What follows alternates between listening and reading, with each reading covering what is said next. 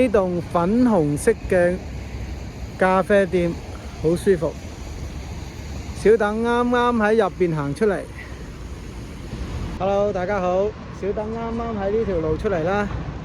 咁啊，啱啱完成咗一個叫做 CITB 嘅 test。咁呢個考試呢，就係英國呢所有嘅工地啊，你要入場，你要做一個地盤嘅工作呢，就一定要通過呢個考試，然後申請一啲卡，咁呢，你就可以 OK 㗎啦，即係工地做嘢嘅入門嘅一個考試啦。咁我啱啱通過啊，好開心。咁啊，50條題呢，你要做啱45題啊。咁我呢就有48分，好開心，錯咗2條。OK。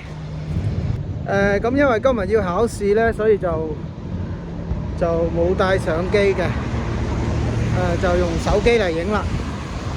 我知道呢，如果你帶你要考試前呢，你要將你身上所有嘅嘢放喺個 locker 入邊，所以我就緊帶咗必需品啦，一個 passport 啦，一個手機啦，同埋一啲有可能會用到嘅身份證明文件。咁啊，所以呢就冇帶相機。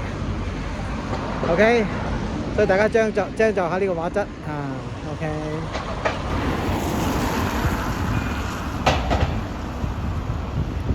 手機又有好玩嘅地方啦，可以 zoom in zoom out 啦。啲雨又好似停咗陣啦，又落咁樣啦，又出太陽啦。而家 OK 㗎啦。早2個月啦，如果落雨咧係好凍嘅。我哋啱嚟嘅時候，唔知有冇一路睇開我呢個 channel 嘅朋友咧？咁如果有嘅話咧，可能會發覺咧有一段時間我冇咁樣 city walk 啊，咁一路行一路傾啊咁樣啊。咁因為咧唔知拍咩好啊，嚟到呢度咧突然間咧唔知好似即係拎住嗰個 DJI 嗰個大嗰個超廣角嘅相機咧，好似唔識得拍乜嘢啊！咁啊，今日咧適逢開心啦，通過咗個考試啊，咁又好似有翻少少感覺喎。咁點都好啦，攞個手機都影啦，咁感覺係最重要嘅嚇。咁愛丁堡嘅天氣咧又好好玩喎，轉眼間咧就雨過天晴。我哋一齊欣賞下風景先啦。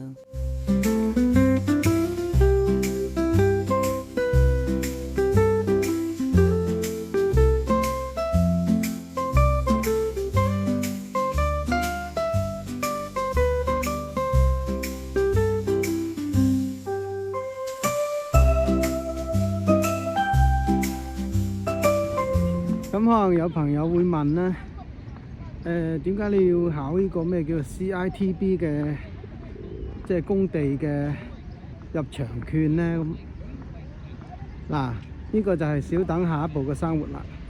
喺嚟緊嘅時間呢，小等會喺蘇格蘭呢，特別愛丁堡呢邊呢，咁啊會試下去工地做嘢。咁我可能會係選擇一個開勾機嚇嘅課程。咁啊，未知會係點㗎嚇？未知可唔可以揾到嘢做？未知會嗰個情況會係點？冇，亦都未知嗰個報酬工資係點啊？好唔好揾嘢做？一切都係未知嘅。咁啊，即管試下啦嚇。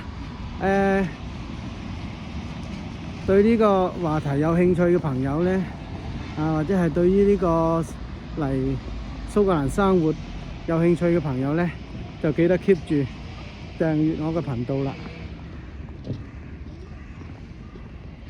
多謝大家先嚇。呢個位好靚啊！嗰度可以上去㗎。我見到上面有個人喎，嗰度可以上去㗎。可能係啲維護嘅工人啦。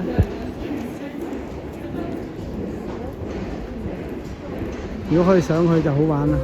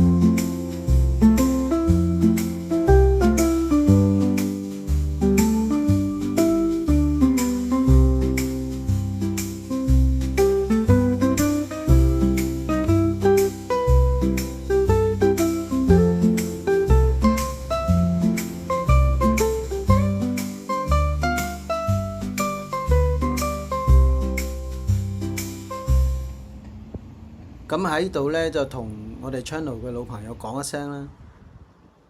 由呢個星期開始呢，每週五呢，我就會出一期廣東話做嘅節目啦。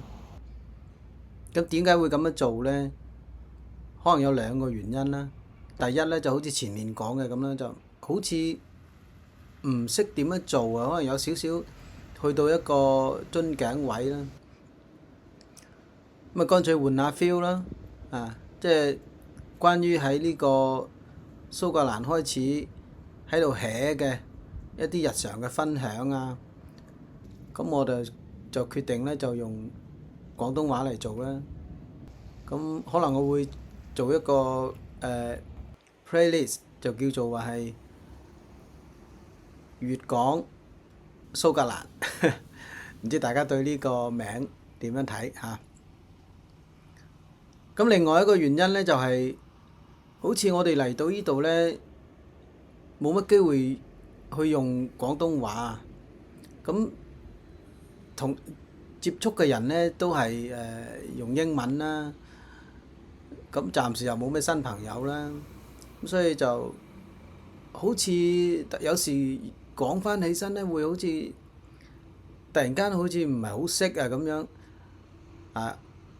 就算同 Wendy 咧，我哋都係有好多時候都係普通話交流，咁所以係啦，兩個原因啦。咁我要做呢個 channel 嘅時候咧，我就係喎，每個星期要出一期廣東話嘅節目喎，咁我就可以keep 住嚟自己講啦，呢個係第二個原因啦。咁同時咧，普通話嘅節目咧，我諗我都會 keep 住做嘅，但係就可能係即係拍一啲小等而家學習嘅時政類啊，或者係自己一啲對社會嘅一啲觀察啊、一啲諗法啊咁樣。咁嗰啲咧，我哋都會係用返普通話嚟做啦。咁希望大家一如既往繼續支持咧。多謝大家先嚇。好，今日嘅節目咧就咁樣啦。咁如果你都睇到呢度咧，就不妨俾個 like 或者 share 或者訂閱我嘅頻道。OK，多謝大家，拜拜。